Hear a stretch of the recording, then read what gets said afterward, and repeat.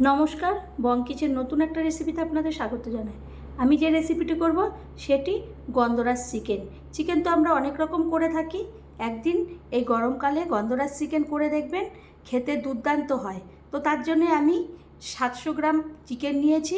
তার মধ্যে একটা গন্ধরাজ লেবু, প্রথমে ওপরের যে সবুজ অংশটা থাকে তাকে আমি গ্রেটার দিয়ে গ্রেট করে সবুজ অংশটাকে দেব। বেশি ভেতরের দিকে সাদা অংশ দিতে গেলে তিতো হয়ে যাবে। এইভাবে গ্রেট করে আমি ওপরের যে সবুজ অংশগুলোর সেই চোকলাগুলোকে আমি প্রথমে ওই চিকেনের মধ্যে দিয়ে দেব। আমার এটা দেওয়া হয়ে গেলে এর মধ্যে কিছু মশলা মেশাবো। হলুদের গুঁড়ো, লঙ্কার গুঁড়ো, লবণ, এই মশলাগুলো মিশিয়ে আর একটু দিয়ে দেব তেল, সর্ষের তেল। এইগুলোকে ভালো করে আমি হাত দিয়ে ম্যারিনেট করে দেব।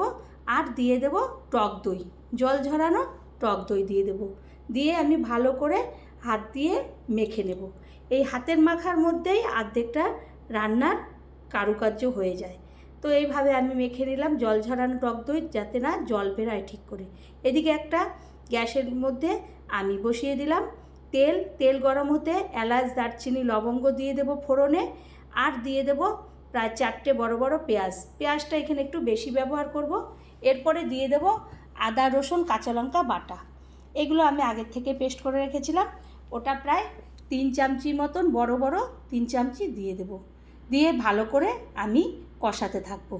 এই মশলাগুলো যখন কষে যাবে, তেল আলাদা হবে, মশলা আলাদা হবে, তখন আমি এই যে ম্যারিনেট করে রেখেছিলাম মাংসটা, সেই মাংসটাকে দিয়ে দেব।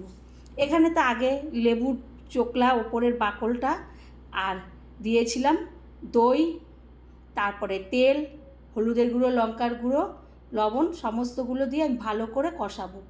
আর এখানেও আমি মশলাগুলো, পেঁয়াজ, রসুন, আদা, কাঁচা লঙ্কা বাটা সমস্ত যখন কষে যাবে, তেল আলাদা, মাংসটা আলাদা হবে, তখন আমি অল্প একটু জল দিয়ে দেবো। এখানে জলটা খুব একটা ব্যবহার হবে না। এরপরে ভালো করে জল দিয়ে, আরও একটু জল দিয়ে আমি একটা ঢাকনা দিয়ে ঢেকে দেবো। তো বন্ধুরা, চ্যানেলটা সাবস্ক্রাইব না করলে সাবস্ক্রাইব করবেন, লাইক, শেয়ার, কমেন্ট করবেন, পাশে থাকা বেল বাটনটি টিপেন, তাহলে যে কোনো রেসিপি আপনাদের কাছে আগে পৌঁছাবে। এরপরে আমি 5 মিনিট পরে আমি ঢাকনাটা তুলব। যেহেতু কষাতে অনেকক্ষণ আমি ম্যারিনেশন করে রেখে দিয়েছিলাম, ম্যারিনেট করে রাখার পরে মাংসটা অর্ধেকটা ওখানেই, প্রায় মুরগির মাংস যেহেতু টক দই দেওয়া, এরপরে রান্নার বেশিক্ষণ সময় লাগেনি, যেহেতু আলু ঢালু কিছুই দেয়নি। এরপরে একটা প্লেটের মধ্যে আমি এটা, বা বড় একটা থালার মধ্যে তুলে নেব। এইভাবে মাংসটাকে তুলে নেব। খুব অল্প সময়, অল্প উপকরণে এরকম একটা গন্ধরাজ লেবু যদি না করে থাকেন, এই গরমের দিনে করবেন, খেতে দুর্দান্ত হয়। এটা ভাত, পরোটা, রুটি, লুচি যে কোনো কিছু দিয়েই খেতে পারবেন। এরপরে আমি এর মধ্যে মাংসগুলো তুলব, ঝোল তুলব, সমস্ত একদম গরম গরম অবস্থায় তুলে নেব। তারপরে আমি গন্ধরাজ লেবুর টুকরো করে দেব। ভালো লাগলে আবার কোনো রেসিপিতে দেখা হবে। ধন্যবাদ।